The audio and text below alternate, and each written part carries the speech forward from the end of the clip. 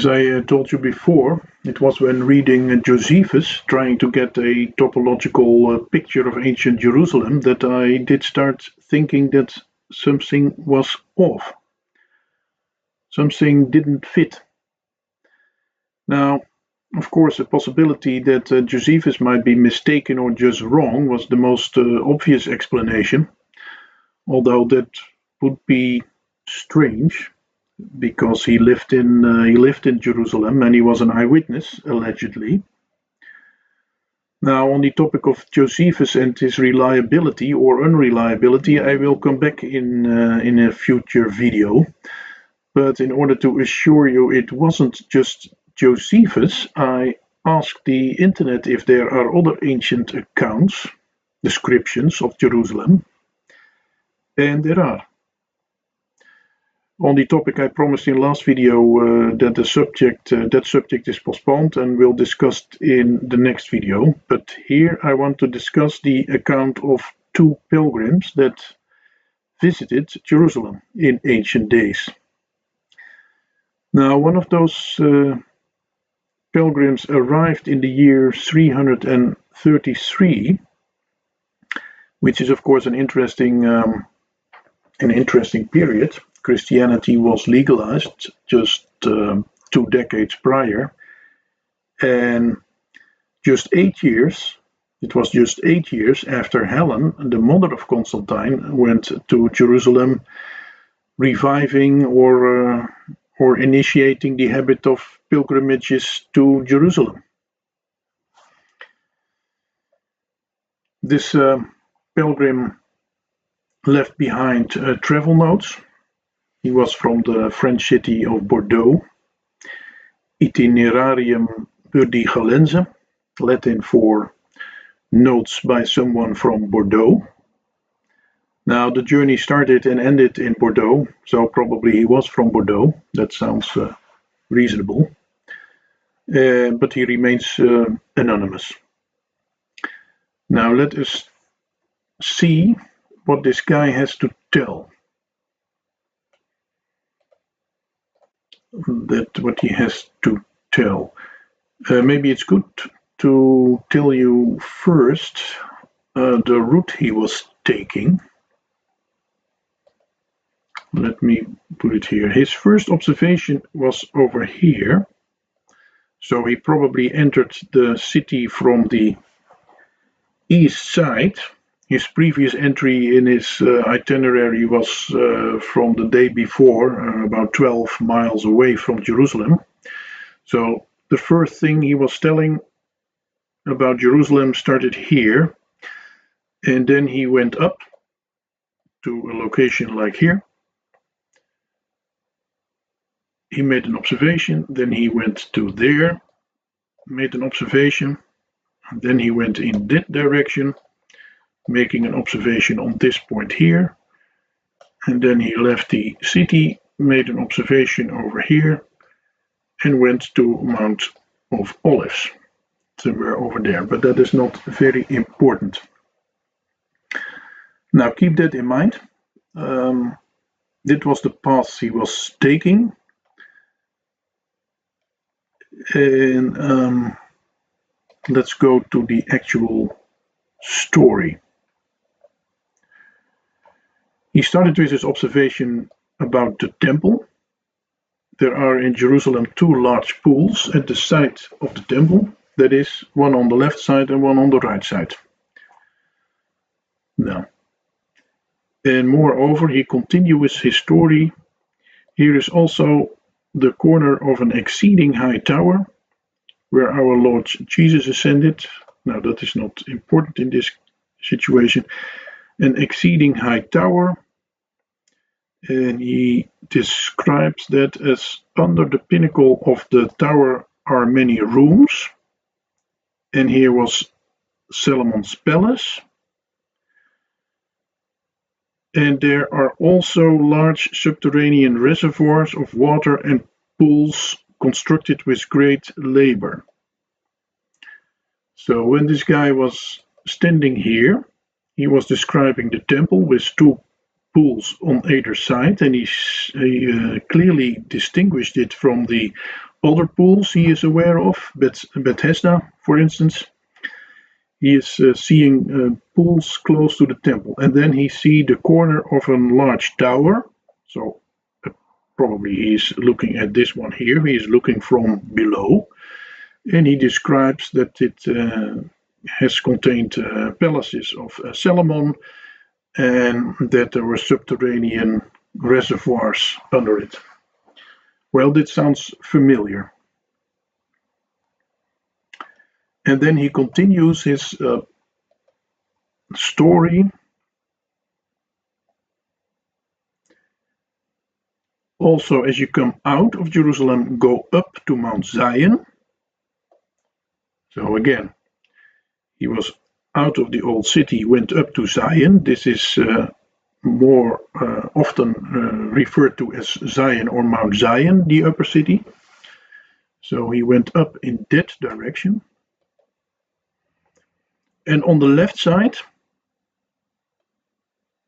on the left hand, below in the valley, besides the wall, is a pool which is called Siloam and has 4 porticos, and there is another large pool outside it.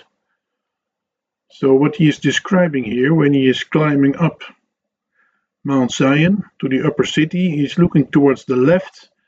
He looks through the Tyropian valley and sees the pool of Siloam and the large pool next to it, which they are currently excavating. So he is here. Then the story continues.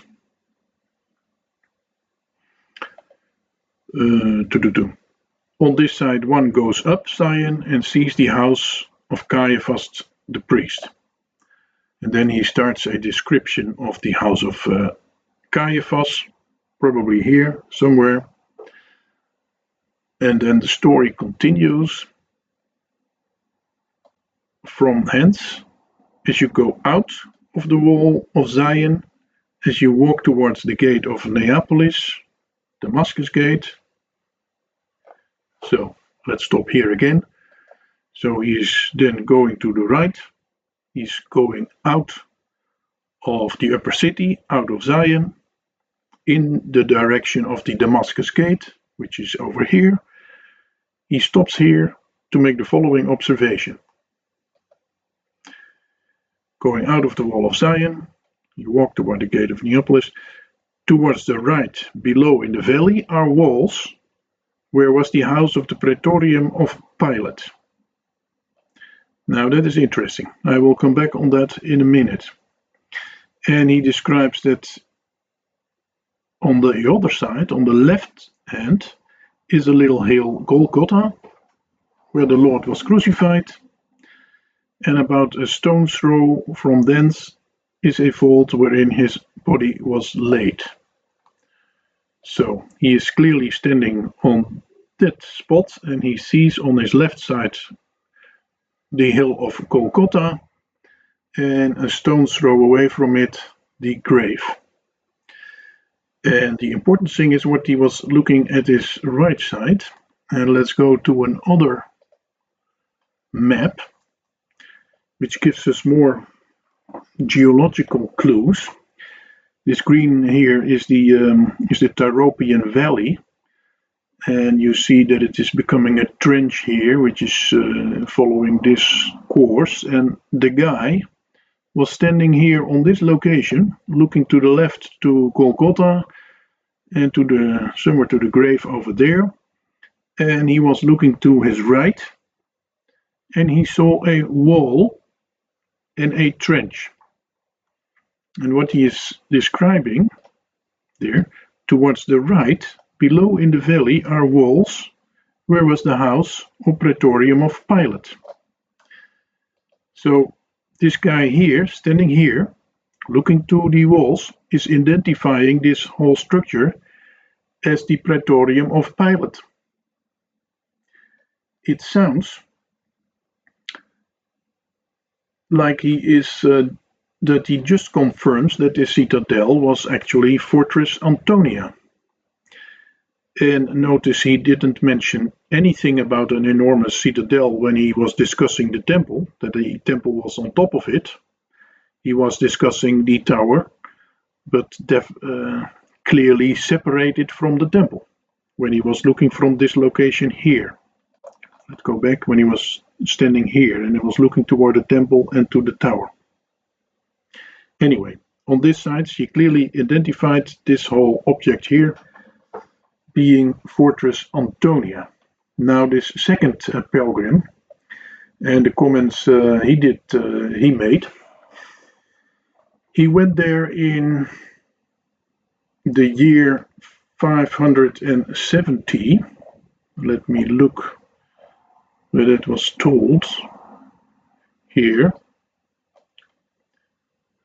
This guy had a name, he was Antonius, and he arrived there in 570 AD, so more than 2 centuries later, in fact almost 2.5 centuries. Well, when you read it, it's funny to see that the historical knowledge has increased dramatically in those 240 years that passed since the first Pelgrim. Footprints of Jesus have been discovered, and the bricks with which Stephanus was stoned have been identified. Amazing findings, so to speak. Probably not so much the result of scientific archaeological research, but more the result of marketing efforts by the vibrant tourist industry that had developed since Helen, the mother of the Emperor Constantine, had set the pilgrimage trend. But anyway, our interest is more in the topological clues in the text. So let's focus on that. Now the guy did enter the city from the east side as the previous Pelgrim. He went straight up to Golgotha and then to the grave and then to the Tower of David, which is probably either here or here. That is a little bit unclear. And from there he went to the Basilica of St. Mary, wherever that is, all the while believing literally everything the tourist industry of Jerusalem had come up with. And interesting to note is the absence of interest in the temple. It is not on his bucket list, apparently. And I assume that this reflects the Christian attitude toward the temple. It has lost its relevance. But then the story becomes interesting, because after he has seen all those highlights in Jerusalem, he ended up being in here. We also prayed at the pretorium where the Lord's case was heard. What is there now is the Basilica of Saint Sophia, the Church of the Holy Wisdom, which is in front of the Temple of Solomon, below the street which runs down to the springs of Siloam outside Solomon's porch. Now that is interesting. And as we said before, there are 2 options here. The option that either the temple is here, or alternatively, the temple is here, and subsequently Fortress Antonia is this, or Fortress Antonia is that. Now the question is, which scenario fits the description our friend Antonius, the Pelgrim, is giving us? Thus, in front of Solomon's temple describes this situation. Here, this is about 250 meters. He is looking at the site where the temple no longer existed, and he is furthermore describing that it is below the streets going down to the pool of Siloam, and he is clearly describing those streets which runs over here. So those streets here or here through the city of David. But the point is, from this viewing point, it is impossible to see the lower city, let alone the streets running through it, because this citadel is blocking his sight. He can't look over this edge to see the lower city. So this is an unlikely scenario to give the description he is actually giving. While on the other hand, it makes way more sense if this is Fortress Antonia. So let's change to that configuration, that this is Fortress Antonia and he is actually standing in the pretorium of Herod here, repurposed to a basilica, and looking down below to the temple site and the streets running down to the pool of Siloam. Now, if we go back to the actual wording, we also prayed at the Praetorium, what is now the Basilica of Saint Sophia, which is in front of the temple, below the street which runs down to the pool of Siloam. So that suggests a very close distance, and it is also interesting to contemplate on the word below here. If you read it and you take it literally, then the Temple of Solomon is below the street that runs down to the Spring of Siloam. So in fact he is looking at, he doesn't see the Temple of Solomon because it is below the street that runs down to Siloam. Or he is using the word below because he is himself on a higher vantage point and is looking down and see the remnants or the place where the Temple of Solomon was and the streets that went down to the lower city. But either way, it clearly suggests a viewing point from this point here. This point here. That makes more sense. Another observation is the fact that if he was standing here, if that is Fortress Antonia, then that still existed in 570 AD, alive and kicking, with the Praetorium on top of it, repurposed as the Basilica of Saint Sophia. So what we can learn from this is that it weren't the Romans that demolished it, and it weren't the Christians either. This fortress, Antonia, allegedly, survived, and therefore it is strange that no trace of it has ever been found. Or alternatively, the Basilica of Saint Sophia was here, and it was repurposed by the Muslims as a mosque, the Al-Aqsa Mosque. Now that sounds familiar, that a Basilica of Sophia has been repurposed as a mosque by the Muslims. Now, in the next video I will discuss a possible scenario when the narrative about the temple location changed. When did people started to believe that the Dome of the Rock was the temple site? Thank you for listening.